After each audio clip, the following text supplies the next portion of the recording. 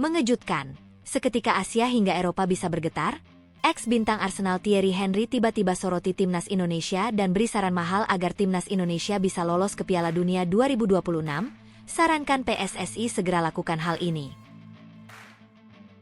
Nah ini nih, begini reaksi ketua supporter timnas Indonesia usai Erick Thohir resmi pilih Indra Syafri sebagai PLT Dirtek PSSI, sampai berani katakan hal ini. Alhamdulillah, breaking news. Dikonfirmasi langsung oleh media Italia, transfer kapten timnas Indonesia ke Udinese bakal selesai dalam hitungan hari. Nah ini dia, akhirnya semuanya jelas. Arab dan Qatar resmi masuk pot 1 drawing round 4. AFC jegal timnas Indonesia ke Piala Dunia 2026, pengamat asing ini beri bukti. Inilah 3 pemain yang bisa gantikan Ula Romeni di timnas Indonesia, usai cedera ditekel pemain Arema FC. Yuk simak ulasan terlengkapnya sebagai berikut. Tapi sebelum itu jangan lupa subscribe, agar kalian tidak ketinggalan informasi terbaru seputar timnas Indonesia setiap harinya.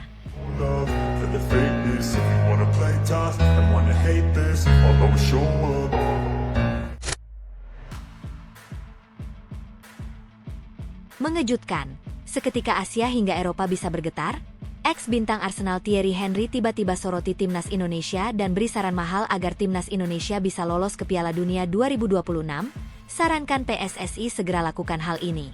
Di tengah atmosfer yang semakin menegangkan jelang putaran keempat kualifikasi Piala Dunia 2026, dunia sepak bola mendadak diguncang oleh komentar yang datang bukan dari sembarang sosok.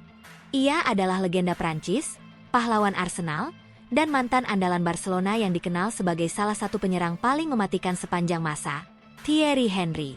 Saat sebagian besar perhatian tertuju pada raksasa-raksasa Asia seperti Jepang, Korea Selatan, dan Iran, Henry justru menyebut satu nama yang membuat publik Eropa hingga Asia terpana, timnas Indonesia.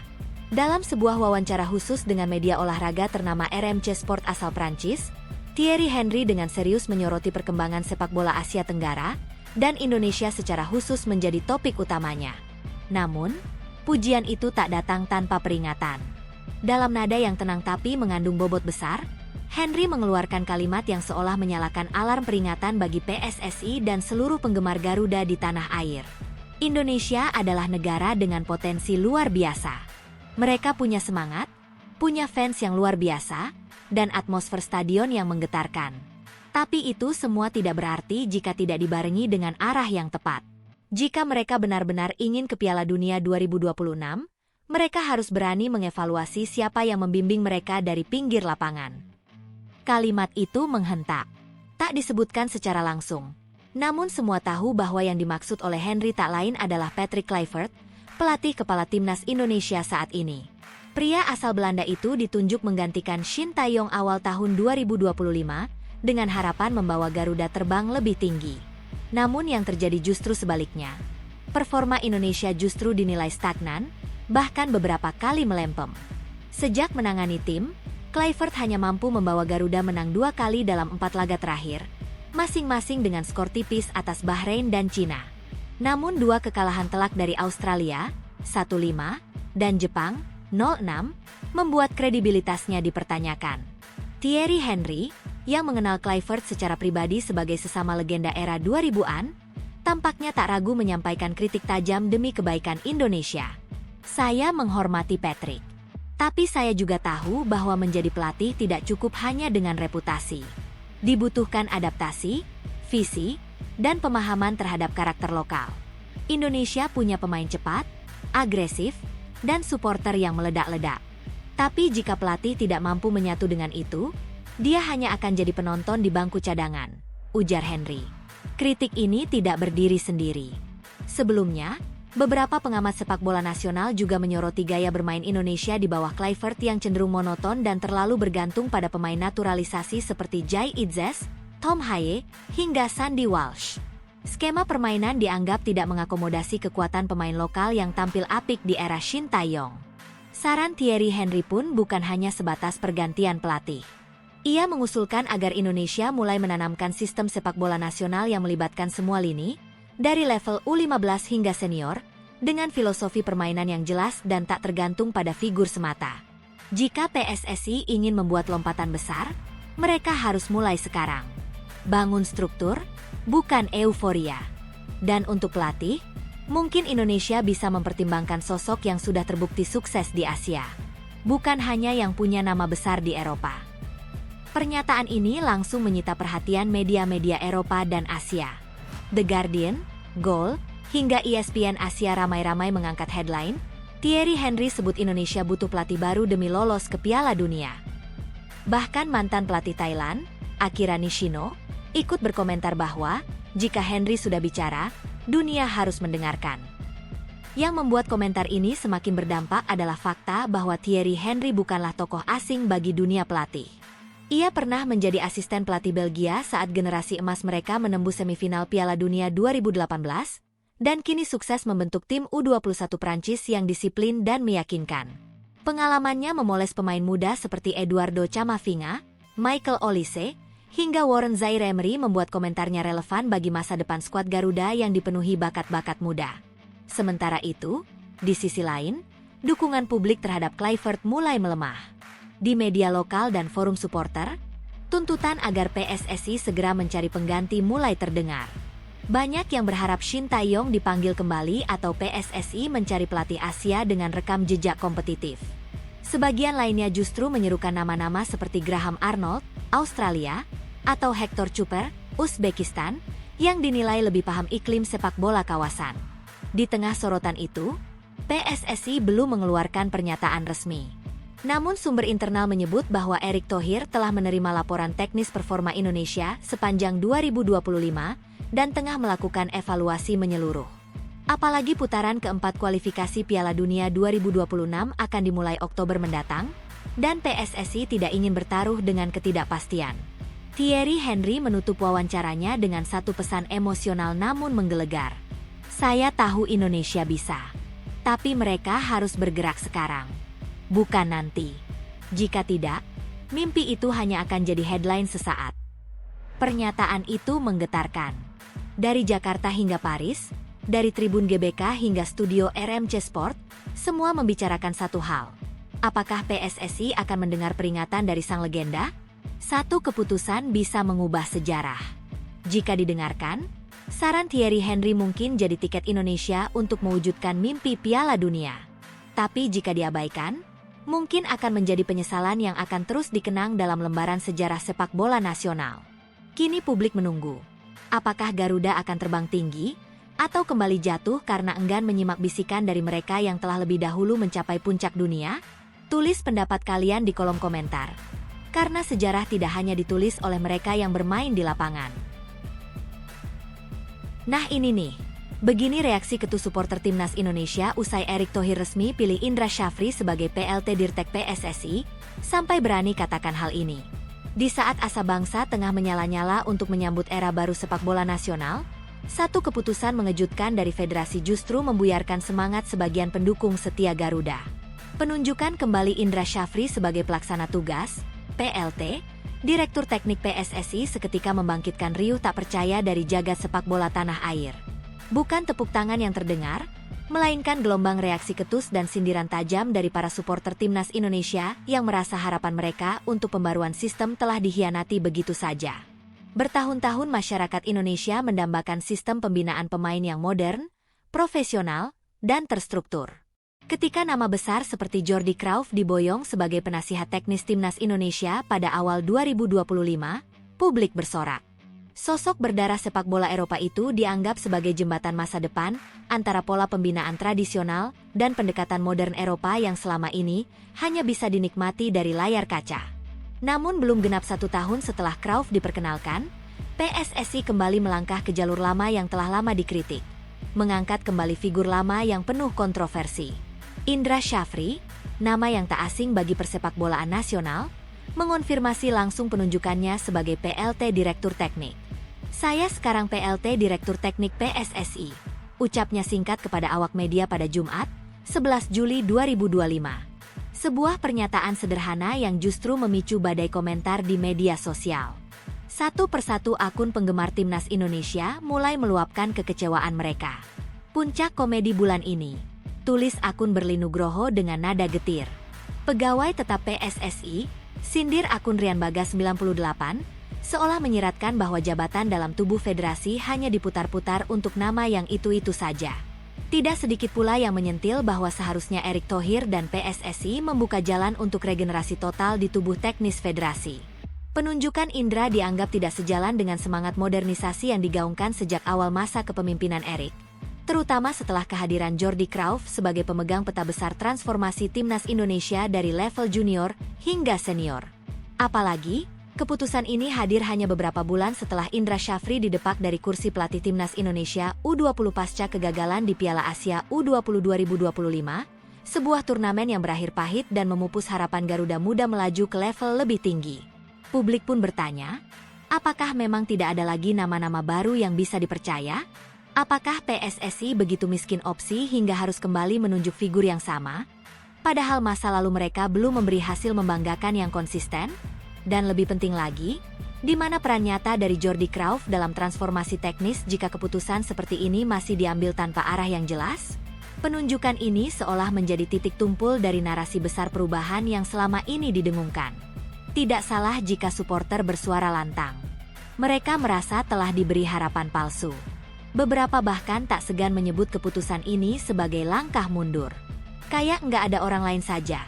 Keluh akun Ramadan 1499, mewakili keresahan publik sepak bola nasional yang haus akan perubahan konkret, bukan sekadar formalitas jabatan. Lebih dari sekadar jabatan, posisi direktur teknik adalah jantung dari pengembangan filosofi permainan nasional. Ia adalah arsitek di balik sistem pelatihan, scouting, pendidikan pelatih, hingga sinkronisasi filosofi bermain dari U17 sampai senior.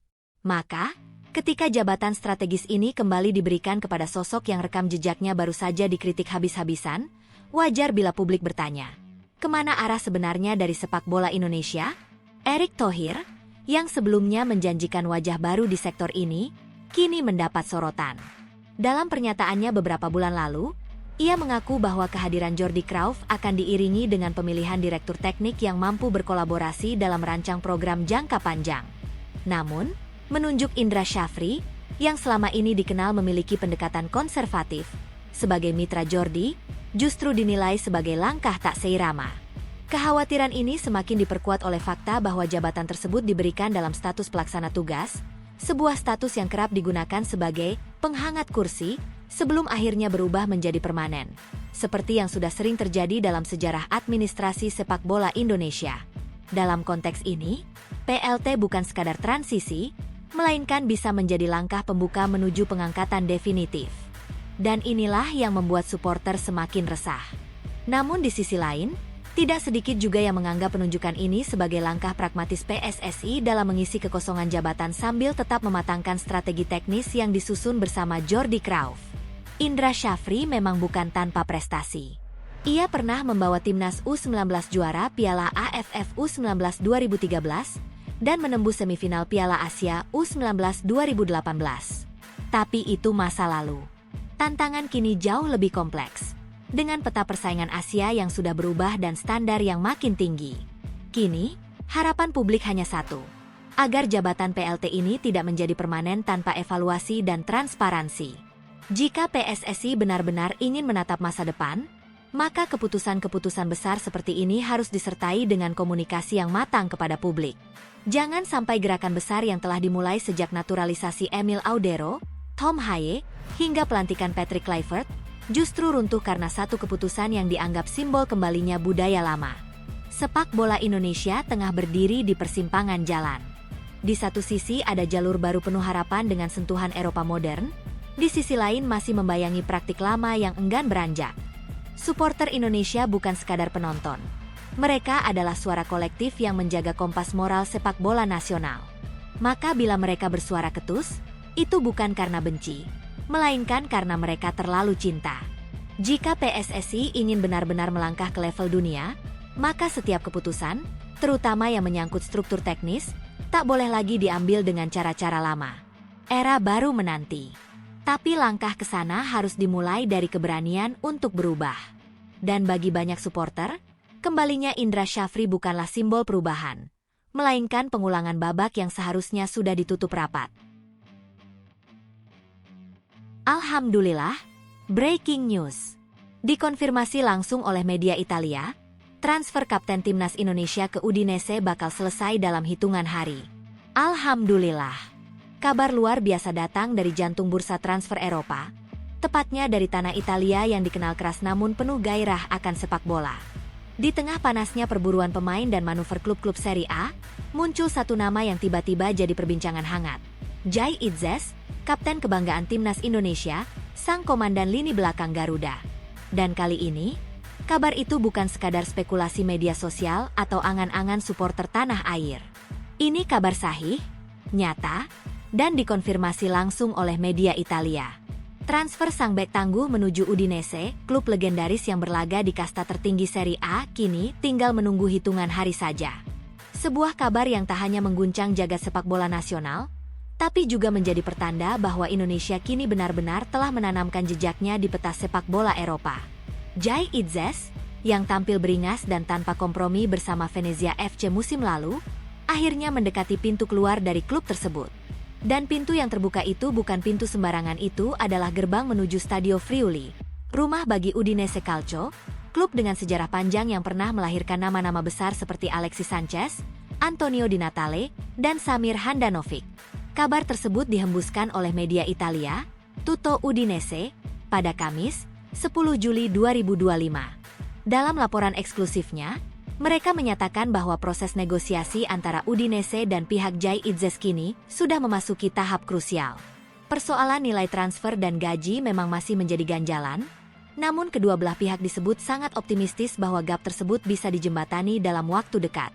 Udinese telah mencoba untuk menyelesaikan negosiasi untuk sang pemain timnas Indonesia dari Venezia, setelah melakukan kontak dengan sang pemain dan juga klub, tulis Tutto Udinese. Ada selisih dalam hal mahar sang defender dan juga gajinya.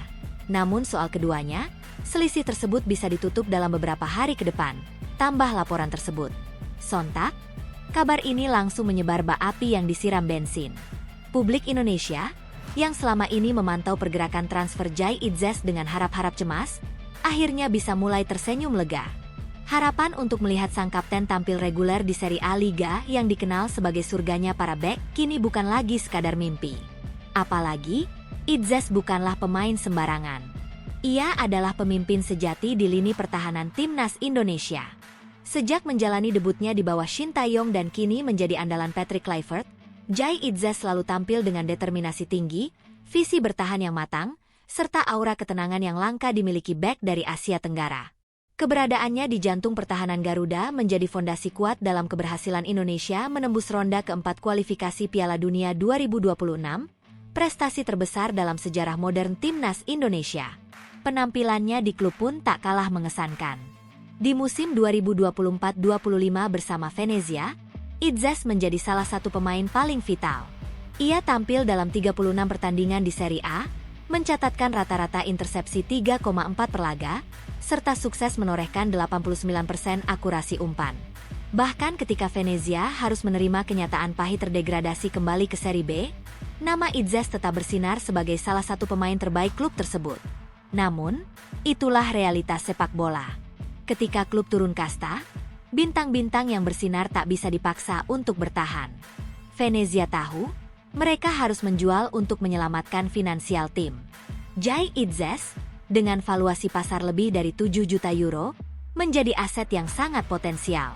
Udinese, yang tengah melakukan permajaan skuad dan mencari pemimpin baru di lini belakang, pun melihat peluang besar. Nama Itzes mengemuka, dan negosiasi pun dimulai. Tak hanya Udinese, nama-nama besar lain juga dikaitkan dengan sang pemain. Bologna, Torino, hingga Sassuolo dilaporkan memantau situasi sang bek keturunan Indonesia Belanda itu. Namun, sejauh ini, hanya Udinese yang disebut sudah membuka komunikasi resmi dan serius. Jika transfer ini terwujud, maka Jai Itzes akan menyusul jejak pemain-pemain Asia lain yang sukses menembus Serie A seperti Takehiro Tomiyasu, ex Bologna, Hidetoshi Nakata, dan Kim Min-jae. Lebih dari itu, ia akan menjadi pemain Indonesia pertama yang bermain di kasta tertinggi Liga Italia dalam sejarah modern, sebuah pencapaian monumental yang akan membuka mata dunia akan kualitas pemain dari Asia Tenggara, khususnya Indonesia. Kehadiran Itzes di Serie A tentu akan membawa dampak luar biasa. Bagi Udinese, mereka mendapatkan bek tengah muda dengan pengalaman internasional dan mental baja. Bagi timnas Indonesia, mereka mendapatkan pemain kunci yang bertarung di level tertinggi Eropa, menghadapi striker-striker top dunia setiap pekan. Dan bagi generasi muda Indonesia, kisah ini menjadi inspirasi nyata bahwa tak ada yang mustahil, bahwa dari Indonesia, kita bisa bersaing di puncak. Tak heran jika media Belanda dan Asia pun turut menyoroti rumor ini. Di tanah air sendiri, nama Jai Itzes langsung menjadi trending. Akun resmi Timnas Indonesia, berbagai kanal sepak bola nasional, hingga tokoh-tokoh olahraga memberikan apresiasi terhadap langkah yang satu ini. Bahkan, Ketua Umum PSSI, Erick Thohir, dikabarkan terus memantau proses ini secara langsung karena tahu, kesuksesan Itzes bukan hanya soal klub, tapi juga menyangkut wajah Indonesia di panggung dunia. Kini, seluruh mata tertuju pada beberapa hari ke depan. Apakah benar transfer ini akan rampung sesuai laporan Tutto Udinese? Apakah Itzes benar-benar akan diperkenalkan sebagai pemain anyar Udinese di depan para fans fanatik mereka? Semua masih menunggu konfirmasi resmi. Tapi satu hal yang pasti, gelombang besar sedang terbentuk. Dan Jai Itzes berada di atasnya, siap membawa bendera merah putih lebih tinggi dari sebelumnya. Indonesia, bersiaplah menyambut era baru. Kapten kita akan segera melangkah ke Serie A, dan dunia akan melihat bahwa dari negeri tropis ini, lahir seorang bek tangguh yang pantas bersanding di panggung elit sepak bola dunia. Alhamdulillah, semoga lancar sampai selesai. Nah ini dia, akhirnya semuanya jelas. Arab dan Qatar resmi masuk pot 1 drawing round 4.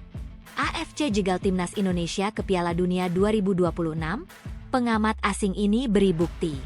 Nah ini dia, akhirnya semua tanda tanya yang menghantui benak publik sepak bola Asia, dan terlebih lagi para pecinta timnas Indonesia, mulai menemukan jawabannya.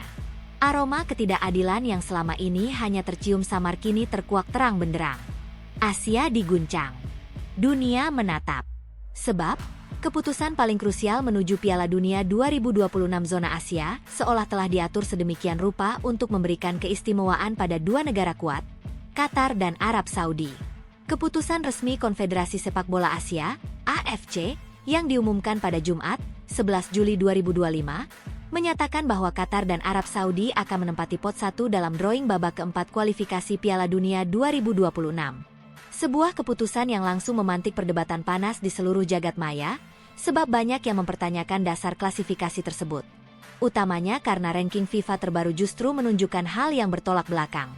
Sebagaimana diketahui, AFC juga mengumumkan bahwa 6 negara yang lolos ke babak keempat adalah Qatar, Arab Saudi, Irak, Uni Emirat Arab, Oman, dan tentu saja Indonesia yang membuat sejarah luar biasa dengan menembus ronde pamungkas tersebut.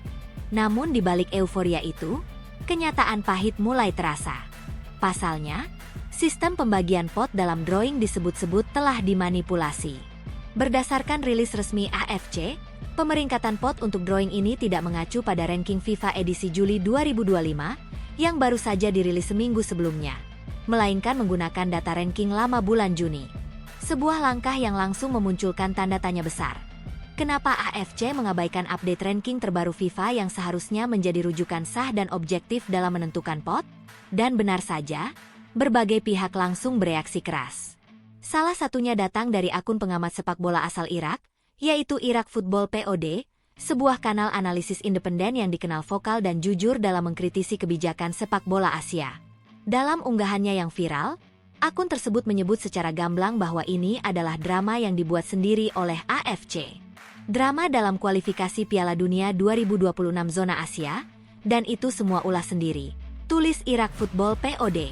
Lebih lanjut, akun tersebut mengungkap bahwa berdasarkan ranking FIFA per 10 Juli 2025, Irak seharusnya berada di atas Arab Saudi, bahkan layak menggusur mereka dari pot 1. Sementara itu, performa buruk Arab Saudi di ajang Piala Emas CONCACAF 2025, di mana mereka hanya meraih 1 kemenangan dari 4 laga, menyebabkan peringkat mereka merosot tajam. Irak justru menunjukkan konsistensi, dan dalam sistem normal, seharusnya bisa menikmati status unggulan. Berdasarkan ranking bulan Juli, Irak melompati Arab Saudi. Lanjut akun tersebut, sembari menampilkan grafik perbandingan poin FIFA terkini. Namun kenyataannya berkata lain. Qatar dan Arab Saudi tetap berada di pot 1, dan menurut AFC, alasannya adalah karena sistem pemeringkatan menggunakan data per 13 Juni 2025. Dengan begitu, Irak tetap di pot 2, dan Arab Saudi tetap mendapat perlakuan istimewa. Ini bukan hanya keputusan teknis. Ini adalah presiden buruk yang mempertaruhkan integritas kompetisi. AFC, dalam sudut pandang banyak pihak, dianggap lebih mementingkan kenyamanan tuan rumah dan stabilitas logistik ketimbang asas keadilan dan performa aktual. Apakah ini upaya menjaga langkah negara seperti Indonesia atau Irak yang tengah naik daun? Pertanyaan itu semakin relevan ketika mengingat bahwa baik Indonesia maupun Irak sempat mengajukan diri menjadi tuan rumah ronde keempat. Namun entah bagaimana ceritanya, AFC dan FIFA akhirnya memilih Qatar dan Arab Saudi sebagai host. Keputusan yang mengharuskan keduanya ditempatkan di pot berbeda demi menghindari pertemuan sesama tuan rumah. Dan untuk menyiasatinya, ranking FIFA bulan Juni dipilih secara sepihak sebagai dasar resmi pembagian pot. Irak Football POD bahkan menuding bahwa AFC mengambil keputusan ini untuk menghindari bentrokan tuan rumah di grup yang sama, meski harus mengorbankan keadilan. Dalam cuitan lanjutannya, mereka menyatakan, AFC menghadapi dilema besar. 1. Gunakan ranking terbaru dan tempatkan Irak di pot 1, atau 2. Gunakan ranking lama demi menyelamatkan dua tuan rumah. Mereka memilih yang kedua. Ini berantakan. Tak hanya itu, mereka juga menyebut bahwa langkah AFC ini membuat posisi FIFA terjepit. Karena jika terus membiarkan AFC menggunakan ranking usang, maka kredibilitas FIFA sebagai lembaga tertinggi sepak bola dunia juga dipertaruhkan. Dampaknya bagi timnas Indonesia sangat besar. Sebagai tim dari pot 3 bersama Oman, skuad Garuda berpotensi besar tergabung dalam grup neraka bersama dua raksasa Asia seperti Arab Saudi dan Irak.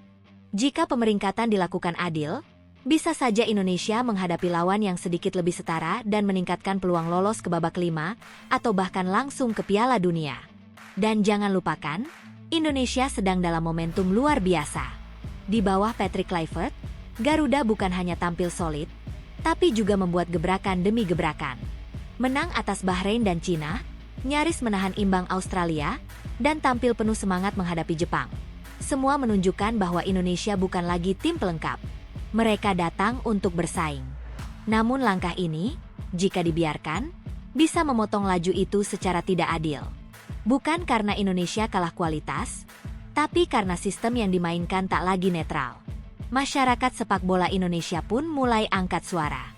Di berbagai forum dan platform digital, muncul tagar-tagar seperti Afcun Fairdra, Justice for Garuda, dan Fix the Pot, sebagai bentuk protes terhadap sistem yang dianggap syarat kepentingan. Kini, mata dunia sedang menatap drawing pada 17 Juli 2025 di Kuala Lumpur. Dunia ingin tahu, apakah AFC benar-benar berani melanjutkan langkah penuh kontroversi ini? Apakah FIFA akan membiarkan skema yang menyimpang dari logika dan performa di lapangan ini terus terjadi? Satu hal yang jelas, seperti yang dikatakan pengamat asal Irak tersebut, seluruh hal ini terlihat amis. Ini bisa dihindari jika AFC menunggu ranking terbaru sebelum menunjuk host. Kini semuanya terang, tak lagi abu-abu. Dan kini giliran kita, publik sepak bola Indonesia, untuk bersuara. Jangan biarkan Garuda dijegal sebelum bertarung.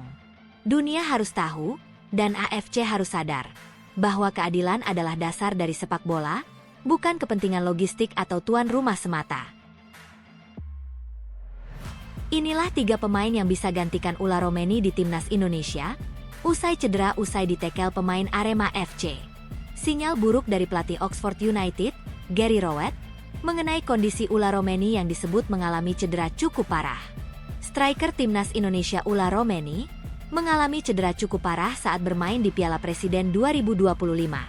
Tepatnya di laga Oxford United melawan Arema FC pada Kamis, 10 Juli 2025, di Stadion Sijalak Harupat, Soreang, Kabupaten Bandung. Ula Romeni menjadi starter Oxford di laga tersebut dan berhasil mencetak gol pada menit ke-9.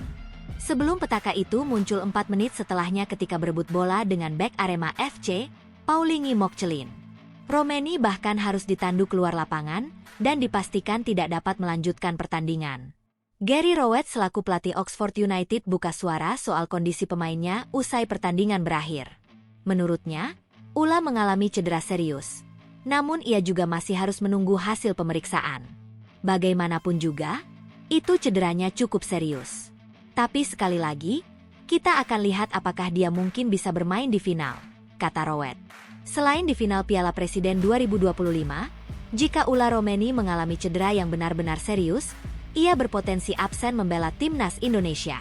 Skuad Garuda yang dijadwalkan bermain di putaran keempat kualifikasi Piala Dunia 2026 di Arab Saudi atau Qatar.